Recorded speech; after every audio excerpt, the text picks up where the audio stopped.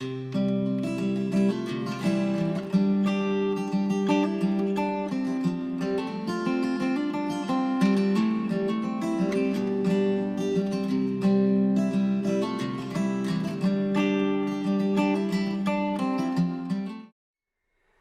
Matt Donovan here. Welcome to the first episode of Talking Change. A little bit of a brainchild of mine where we're looking at getting social entrepreneurs and people who have founded charities into the kitchen with me to cook up a bit of food and, more importantly, have a chat about their journey and what they've been through and any advice for anybody who's looking at doing the same.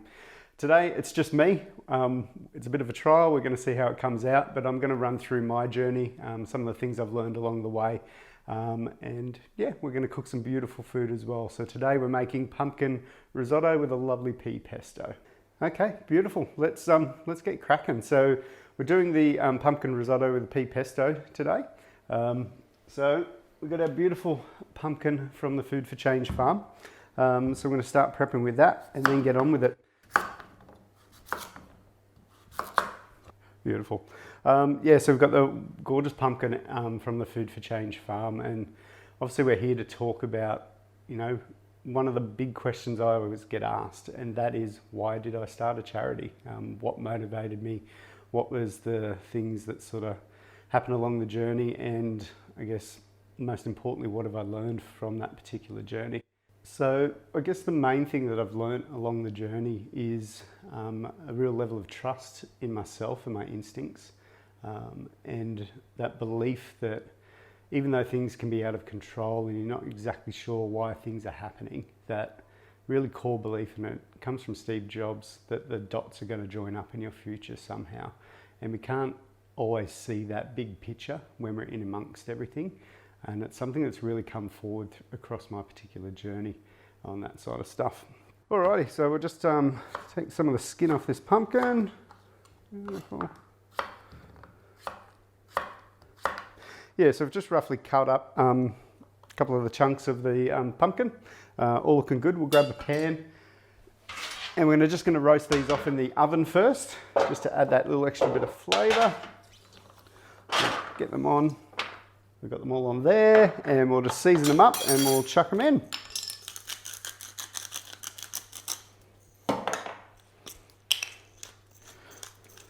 So I'll pop them in for about 10-15 minutes, and that'll soften them up nicely, ready to go into the risotto. So the next step now is we've got our beautiful pine nuts, which are going in the risotto itself and obviously into the pea pesto. So we're just going to fire up the pan and toast these off as well. And while they're toasting off, we're just going to start prepping the base. So we've got someone here that doesn't eat onion. Usually I'd pop onion into the recipe, but we're just going to start with celery to kick that off. So remove these stalks. We'll keep a hold of these.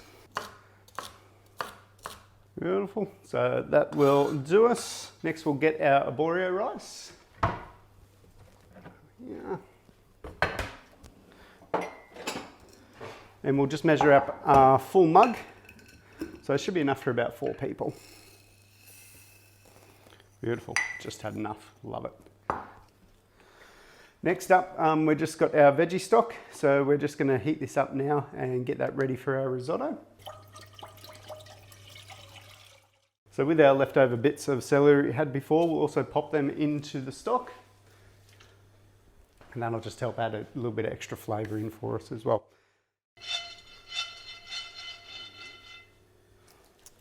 Next up, we've got our garlic. So we'll just get all our prep work done. That'll probably do us. Nice and simple. All we do is we just crush it a little bit, top and tail it,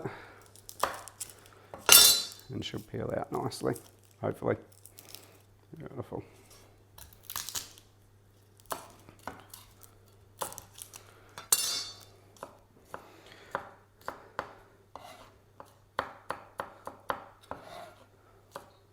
So we just want to get our garlic very finely sliced up. Definitely don't want large chunks popping through the risotto. Okay, you can see our pine nuts are beautifully roasted off now. So just releasing all that gorgeous oil and flavour. We'll pop these to the side and let them cool down. Okay, so we've got our initial prep done. While we're waiting for the stock to get up to temperature there, it's probably a good time to have a bit of a chat about, you know, how the charity Food for Change came about. In 2016, I was, I guess, in an fortunate and also unfortunate situation. I was going through a divorce at the time, had just relocated to Melbourne with my son, and had a company and was basically had to close it down, and found myself, I guess, with a whole heap of extra time on my hands. And luckily enough, I was able to take that time and spend it with my son, but when he wasn't with me, I was literally just getting a little bit bored. And I started volunteering in the food relief sector. And was absolutely blown away, I guess, by the statistics around food insecurity in Australia. Previously, I'd always just lumped it under, I was a few 100,000 homeless people. They're the ones who are sort of getting the food, and you know, that's all it is. But what I didn't realise is it's up to 3 to 4 million people each year across the country who are actually seeking food relief. And the stats that got me was up to 70,000 of them each month get turned away, and 1/3 of them are children. And I couldn't imagine what that must be like as a parent, to have your son or your daughter come up to you and say, "Mum, Dad, I'm hungry," and not have that particular food. And for me, it really sunk in one afternoon. I just picked up my son from daycare. We did the usual food shop. Next morning, he's going around. He's like, "Dad, I'm hungry." I'm like, "Yeah, mate, that's fine. Just grab a banana, grab some fruit, and we'll get lunch in a little bit." And he turns around and he goes, "There's none there." And I'm like, "What do you mean there's none there? We literally just went shopping yesterday." And he'd eaten 8 bananas in less than 24 hours, which was pretty phenomenal. Hence why we always have bananas in the house. But then I was like, well, that's fine for me. I can go back to the shops and get him some more food. But if that's your supply for the week or for the fortnight even, I couldn't even imagine what that must feel like. And then to reach out to these organisations that you hear about who are feeding people every day and get turned away again must be absolutely heart-wrenching for those people. So a little bit naively maybe, I was like, right, I've got some time, I want to do something about this. And a couple of mates, we sat down and decided to start the charity, start Food for Change. The initial concept that I'd come up with was pretty simple. Why don't we just find some spare land, if there's plenty of it sitting around, grow some food and donate it out to people. And that's exactly how we started. In, I think it was, September 2016, the organisation was approved by the ACNC, which is the charity register here in Australia. And we did our first planting in the following February of 2017 of our crops on our farm site here in Melbourne. From that particular stage, I guess in my head, it was like, oh, it'd be amazing if we could do 10,000 meals. If we could get that out each year, it would be absolutely phenomenal. And so 10,000 meals, that was our target, and we actually smashed that out of the park. We did about 20,000 in the first year, and this calendar year, 2020, we're actually on target to grow and distribute 100,000 meals for hungry Australians all across Melbourne. So we're very, very proud of what we've achieved in that particular time. So yeah, amazing. 100,000 meals is something I never would have thought that had happened from there. Okay, let's get on with our pea pesto a little bit. So we've got our gorgeous pine nuts that we've done. We'll pop them in to the bowl. Beautiful. We get some olive oil out. Beautiful. Got a gorgeous lemon also from the farm. Very lucky to have a few fruit trees out there. So we'll just chop that off. Pop that there, that should be enough. Beautiful basil. So we'll pop that in along with the parsley. And then also we've got our peas. So the peas, these are uncooked. We're pretty much going to put all of them in. And we'll just save a little bit for the garnish at the end. That sort of stuff. A little bit of white pepper.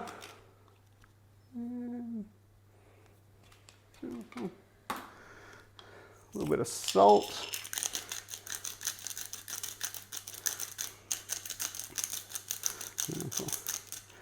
Alrighty, now this being the first episode, I'm going to attempt to chop and continue with the story, so we'll see how we go.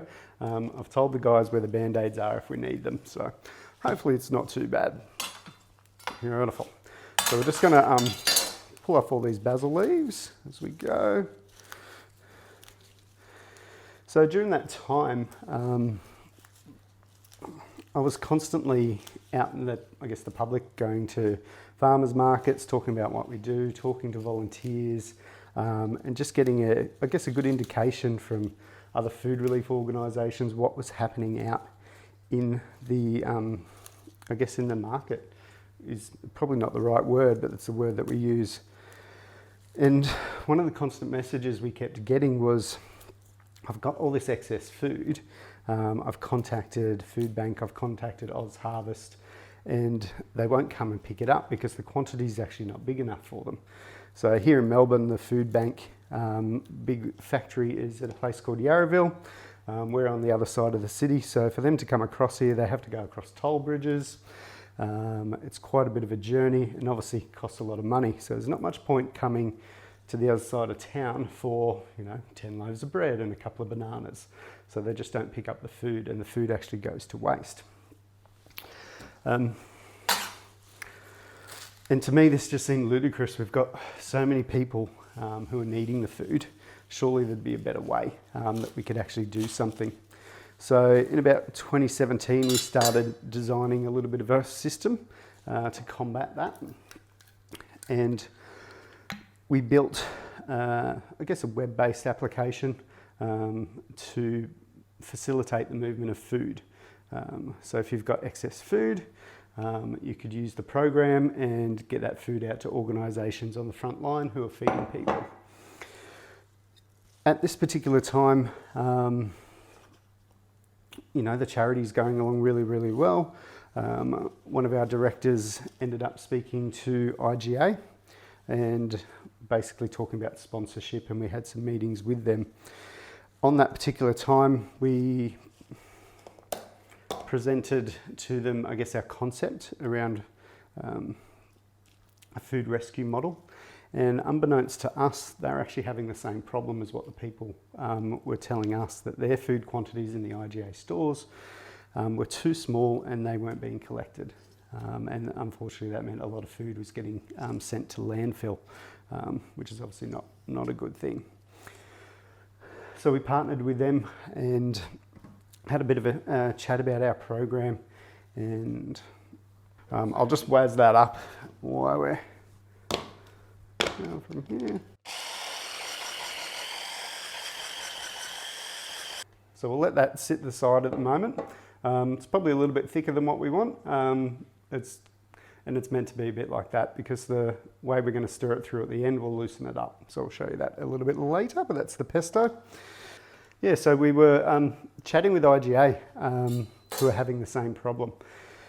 And they decided to trial the app in one of their stores in Meadowbank in Sydney. It's one of their corporate stores. And so the first task we had to do was basically, just facilitate that first collection. So we all flew up to Sydney. One of the other directors at the time facilitated the aid organisation who'd be collecting the food, and we did that first collection. But on that particular day, it was one of those days where the dots joined up. It was an incredible experience to be able to donate people food. But we donated it to the Matthew Talbot Hostel, which is run by St Vinny's in Sydney. It's actually in Woolloomooloo. And what I didn't realise, and what the other director who actually organised the collection didn't realise, is it was a hostel that had actually had put up my dad while he was homeless. It was a hugely emotional moment, and I couldn't believe how this first bit of food being collected was going to an organisation that had helped my family. And it wasn't my doing, it was just mind-blowing. And at that particular time, the director who organised the collection, actually had no idea that my dad was even homeless. My dad unfortunately passed away in 2013 after about an 8-year-long battle with cancer. Unbeknownst to me, I was living in London at the time when he got the diagnosis. He didn't tell anybody. He got a terminal diagnosis, was told he only had a couple of months to live, and you know, very much like my father, decided to have a bloody great time and spent all his money, travelled all over the world. But then he lived another 8 years. He was too sick going in and out of treatment to keep his job. The insurance ran out, all the superannuation ran out, and eventually he became homeless. During that particular time, we were quite estranged. I had no idea what was going on. I was definitely very angry at him because we were very, very close. Until one day I got a call from Liverpool Hospital and they say, "Hi, is that Matt Donovan? Yep, we have your father here and he's about to die." And all of this brought into the context what had been happening. When I went to the hospital, I spoke to a gentleman called Mark from St Vinny's, and he'd explained how Dad had been in a shelter for 1.5 years now and what they'd been doing to take care of him. And it's one of those things that when someone asks, you know, why you started the charity, it is a very big part of that for me. And on that particular day in Sydney, when we did that first food donation, I couldn't believe how full circle that became. And to me, that's one of the biggest lessons I've probably learned in all of this, is just trusting your gut and believing that everything's going to come together at the end, and you'll never know when it actually will come together. And if you do something for the right reasons and you follow that gut instinct, then it always seems to work out really, really well. Beautiful. Right, let's get cracking with a bit more cooking. Pumpkin's done and the stock is coming along beautifully. And we'll just sit that there to cool it down for a little while. So we want that pan on a really low heat to start with, and we'll gently raise that temperature as we're going along. Just a touch of oil. We'll get the celery in and we'll slowly cook that down for a little while. While we're doing that, we've got some beautiful fresh thyme from the farm as well. Smells absolutely gorgeous. Add in the garlic. So what's next for the charity? For us, it's an amazing year, 2020. Obviously, everyone's been going through some craziness with COVID. We've seen a huge increase in the demand for food across the country, and we've really felt that locally. So we've upped our production at the farm. Like we said, we'll be looking at doing 100,000 meals out to people in the community. And the other great thing is, during this entire process, we're rolling out the food rescue program with IGA. Currently it's in 33 stores in New South Wales, and we're expanding that across the country and looking at providing hundreds of thousands of meals each week. So we've got our cup of arborio rice. We'll just pop that into the pan now as well. So we're just going to pop that in dry and do its first little cook here. What we'll see shortly is the rice actually getting a little bit translucent, and that's what we're looking for. We'll add in our thyme. So you can see that the ends of the rice is just starting to get a little bit translucent. It helps add a bit of a nutty flavour in there. And we'll start adding in our stock. As we're doing this, we're just increasing the temperature now. And I tend to go in with quite a few ladles to start it off. Also saves coming back and forth to the pan consistently. There we go. We'll just continually add that stock in as it gets absorbed, paying attention to how well it's cooking and whether or not we need to adjust any of the temperatures. Beautiful. Awesome, so the risotto is bubbling away nicely. Let's take a look at it now and we can see if she's a little bit ready. So it's starting to fluff up. Really important that we taste it and we check it now, because we want to start balancing out the flavours.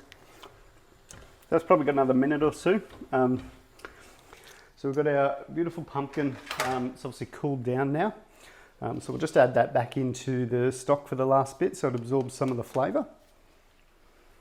So beautiful, gorgeous butternut pumpkin that's come straight from the Food for Change farm. Pumpkins are absolutely delicious that we're growing out here. Alrighty, now while that's just absorbing, we've got a little bit of a tip for you. Something I've been doing for a little while now is with the celery. I eat a lot of celery and was always finding it goes a little bit soft and a little bit off in a week or two. To get around that, all we need to do is get ourselves an airtight container. So this celery in here, I've had that in here for, geez, it must be about a month or so now. And just go a little bit of a test. Still beautiful and fresh and absolutely gorgeous. I'll munch on that a little bit more. So just throw all your stalks, everything you can in there, and that'll keep it fresh for a long time. So I've still got a little bit of moisture in the pan because the risotto is going to keep cooking. So now we're just going to add in the butter.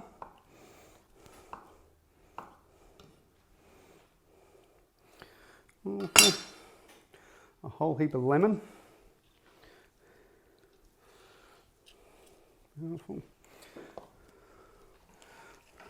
So I'm just going to melt this through. So I'm probably also going to put a little bit less Parmesan in than what I was planning to. Obviously Parmesan can be a little bit salty. Add in the peas, so I'll just do that nice and quickly. Pop that through. Beautiful. And we'll steam them off a little bit as well. They're just straight frozen peas out of the bag. They're already blanched before they go into the bag, so there is really not much need to cook them. Beautiful, let that sit for another minute or two. Beautiful, let's take a look. Absolutely gorgeous, that sort of stuff. So we'll just stir it through a little bit. You can see it's nice and oozy. And we'll just we'll loosen it up with a little bit more lemon. Beautiful. Pop in the fresh parsley. Save a little bit for plating. That's called a gremlata. So a bit of lemon and parsley, a very old trick to liven up anything. Beautiful. That is looking absolutely delicious. How lucky are we to be able to eat food like this? Beautiful. Let's plate it up. Now we've just got our pea pesto. Place on top. A little bit more Parmesan.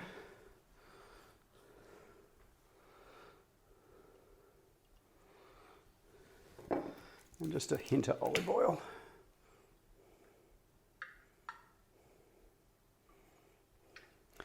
Alrighty, let's dig in, hey?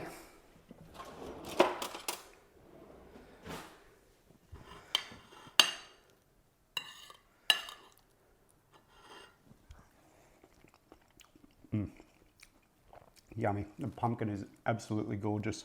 And that pea pesto is absolutely beautiful. Gorgeous. So we've got plenty left. We'll be able to use it for the rest of the week. So obviously, thank you very much for taking the time to watch the episode today. I'm Donovan, and this has been Talking Change.